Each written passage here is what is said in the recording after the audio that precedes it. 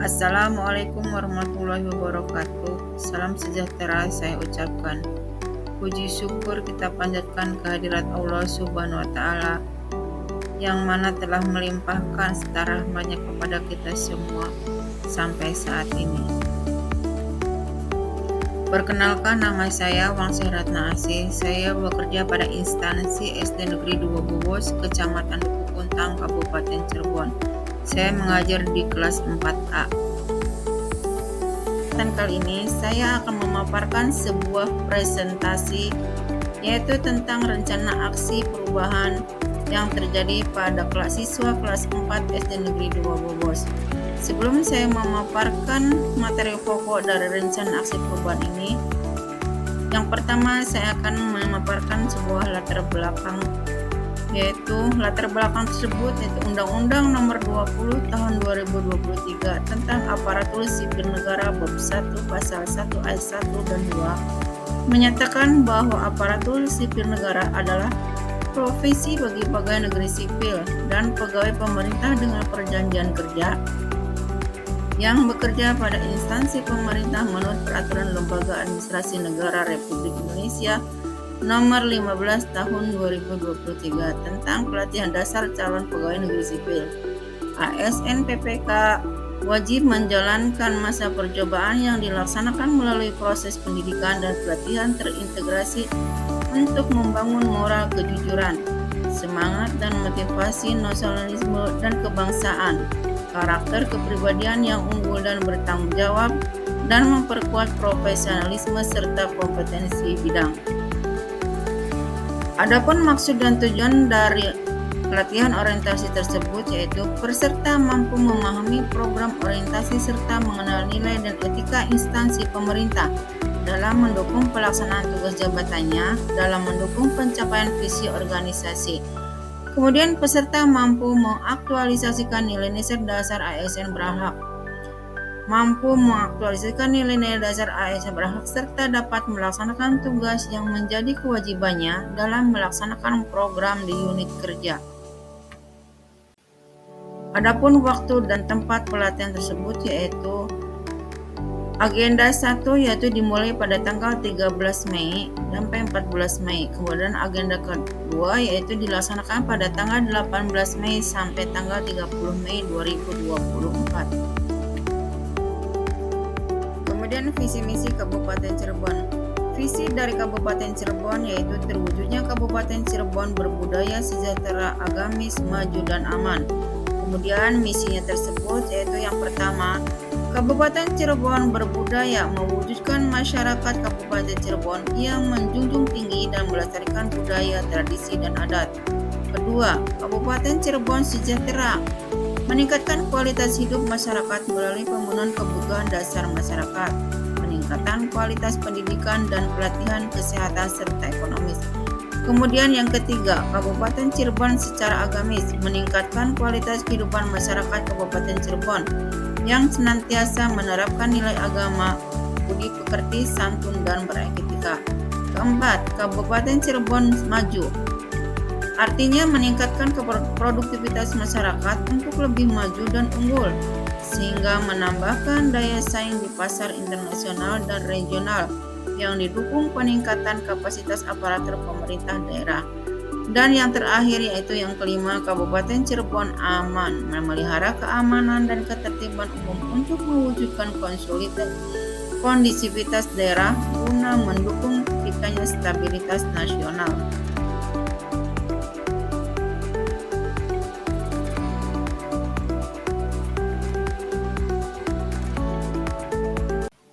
Selain visi misi Kabupaten Cirebon, ada juga visi misi di Negeri 2 Bobos.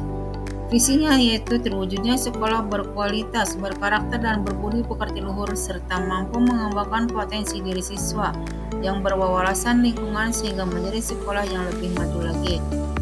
Adapun misi tersebut yaitu meningkatkan kualitas pembelajaran yang efektif untuk membentuk karakter siswa yang baik, berakhlak mulia, cerdas, mandiri, dan terampil dalam mengembangkan potensi diri dan lingkungannya, dan mengembangkan kompetensi siswa sesuai dengan bakat dan minat melalui kegiatan pengembangan diri, baik pada kegiatan intrakurikuler maupun ekstrakurikuler, serta meningkatkan kualitas layanan dan mutu lulusan. Selanjutnya yaitu ada beberapa poin manajemen kepegawaian dan penilaian kinerja PPPK.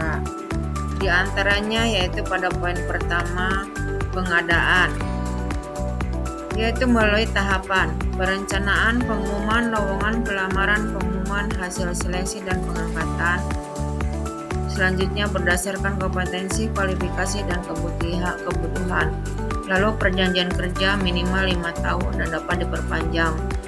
Kemudian PPPK tidak dapat diangkat secara otomatis menjadi calon PNS.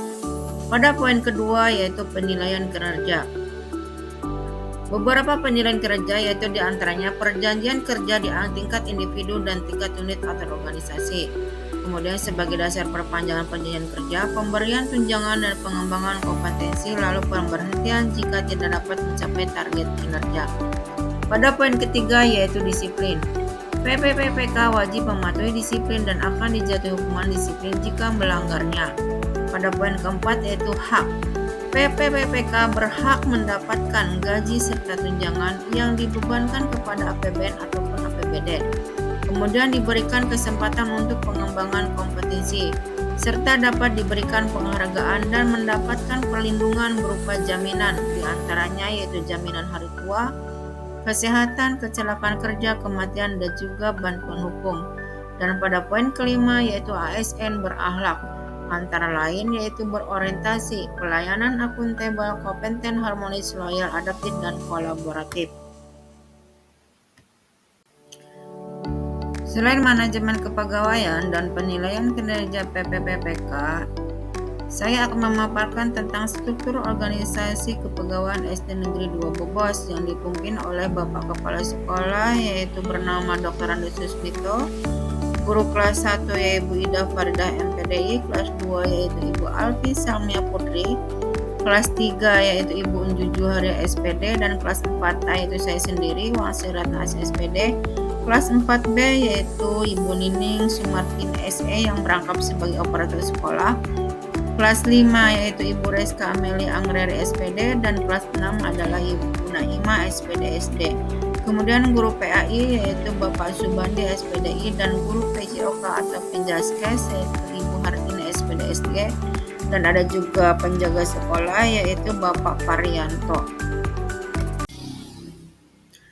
Nah, ini adalah materi pokok yang utamanya yaitu rencana kerja selama kontrak. Rencana kerja saya selama kontrak yaitu di kegiatan yang pertama, upaya pencegahan tindakan bullying pada siswa kelas 4A di SD Negeri 2 Bobos. Tujuan kinerjanya yaitu mencegah tindakan kekerasan bullying baik secara fisik maupun psikis yang dilakukan siswa kelas 4A di SD Negeri 2 Bobos. Adapun indikator pencapaiannya yaitu melalui penerapan keyakinan kelas dan penyelesaian secara segitiga restitusi dapat menurunnya laporan tindak bullying siswa kelas 4A di SD Negeri 2 Bobos. Waktu perolehannya itu pada Juni 2024 sampai Mei 2025. Kemudian pada kegiatan kedua yaitu pembelajaran inovatif melalui aplikasi Canva. Tujuan kinerjanya itu meningkatkan motivasi belajar siswa dengan penerapan pembelajaran inovatif menggunakan aplikasi Canva.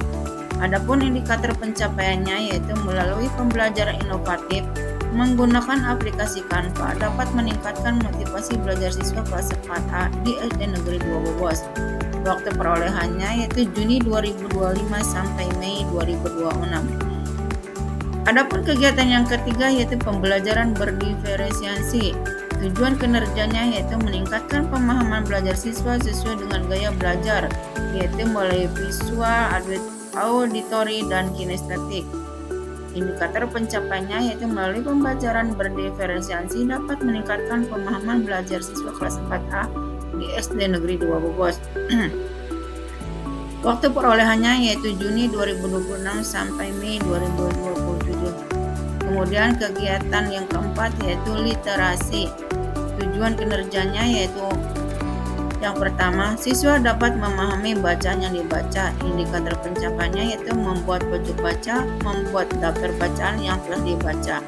Kemudian tujuan kinerja yang kedua, siswa dapat membentuk budaya literasi di lingkungan sekolah. Indikator pencapaiannya yaitu melalui kegiatan GLS ataupun gerakan literasi sekolah. Dan tujuan kinerja yang ketiga yaitu siswa dapat mengasah daya ingat melalui membaca.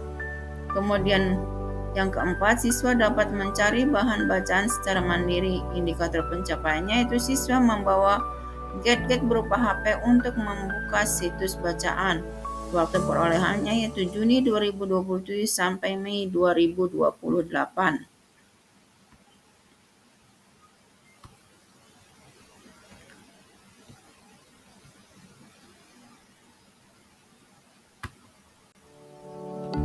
Inilah beberapa contoh dokumentasi pembelajaran inovatif.